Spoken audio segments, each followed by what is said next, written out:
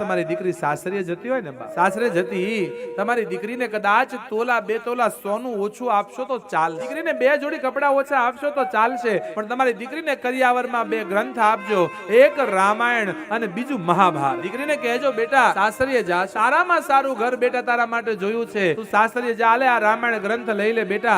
કદાચ સાસરીએ જા અને સાસરિયામાં જો દુઃખ પડે, તકલીફ પડે, મુશ્કેલી પડે તો દીકરી રામાયણ ખોલીને વાંચજે. રામાયણમાં સીતાના પાત્રને, સીતાના જીવનને વાંચ. દીકરીને સમજાવજો બેટા સાસરીએ જા અને ગમે એવી પરિસ્થિતિ હોય, તારો પતિ જે સ્થિતિમાં જીવે સ્થિતિમાં તું જીવવા માંડજે, એ જ તારા માટે સારું. બીજો ગ્રંથ મહાભારત આપજો. દીકરી સાસરીએ કદાચ જા, તારું સાસરિયું બહુ સુખી હોય, રૂપિયા વાળો, બહુ સુખ હોય, અને કદાચ જો તને અભિમાન, અહંકાર, ઘમંડ આવે ને બેટા, દ્રૌપદીના પાત્રને વાંચજે. દીકરી સાસરીએ થોડા શબ્દ તારા સચવાઈ જાય ને તો તારું ઘર નહીં સળગે.